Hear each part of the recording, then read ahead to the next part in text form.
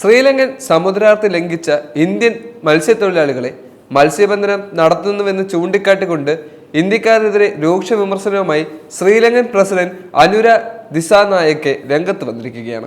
നിയമവിരുദ്ധമായി മത്സ്യബന്ധനം അനുവദിക്കില്ലെന്നും ശ്രീലങ്കൻ പ്രസിഡന്റ് വ്യക്തമാക്കി.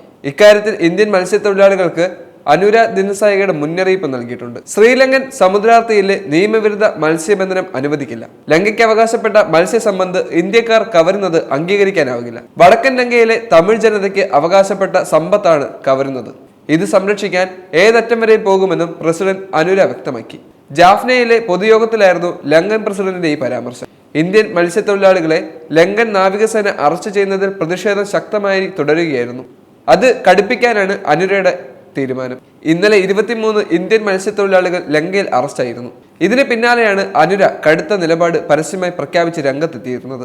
ഇക്കഴിഞ്ഞ സെപ്റ്റംബറിലാണ് ശ്രീലങ്കൻ ചരിത്രം കുറിച്ച് ഇടതു നേതാവ് അനുര കുമാര ദിസാനായകെ പ്രസിഡന്റ് പദവിയിലേക്ക് എത്തിയത്. ശ്രീലങ്കയുടെ 9ാമത്തെ പ്രസിഡന്റാണ് അനുര കുമാര.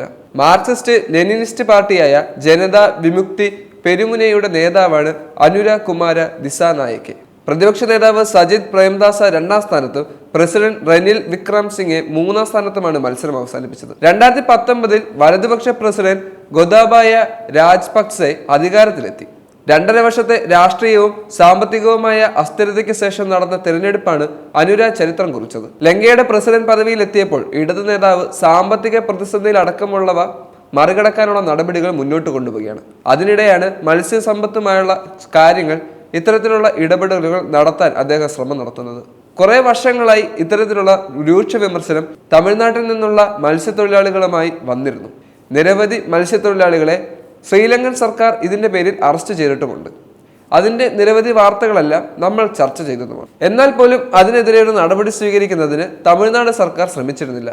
നിരവധി ആളുകളെ ഇത്തരത്തിൽ ശ്രീലങ്കൻ പോലീസ് അറസ്റ്റ് ചെയ്യുകയും അവരെ വിട്ടുതരണമെന്ന് തമിഴ്നാട് സർക്കാർ ആവശ്യപ്പെടുകയും ചെയ്യുന്നുണ്ട്.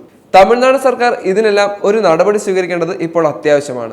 കടലിലെ അതിർത്തി ഭേദിച്ച് മത്സ്യസമ്പത്ത് കവർന്നെടുക്കുക എന്ന പേരിലാണ് ഇപ്പോൾ ശ്രീലങ്കൻ സർക്കാർ തമിഴ്നാട് സ്വദേശികളെ അറസ്റ്റ് ചെയ്യുന്നത്. ശ്രീലങ്കയുടെ ഇത്തരത്തിലുള്ള നടപടികൾ ഇന്ത്യയിലെ നിരവധി മത്സ്യത്തൊഴിലാളികളെ പല രീതിയിലും ബുദ്ധിമുട്ടിപ്പിക്കുന്നുണ്ട്. ഇതിനെല്ലാം ഒരു നടപടി എടുക്കുവാൻ നമ്മുടെ സർക്കാർ കഴിയുന്ന വിധത്തിൽ ശ്രമിക്കേണ്ടതാണ്.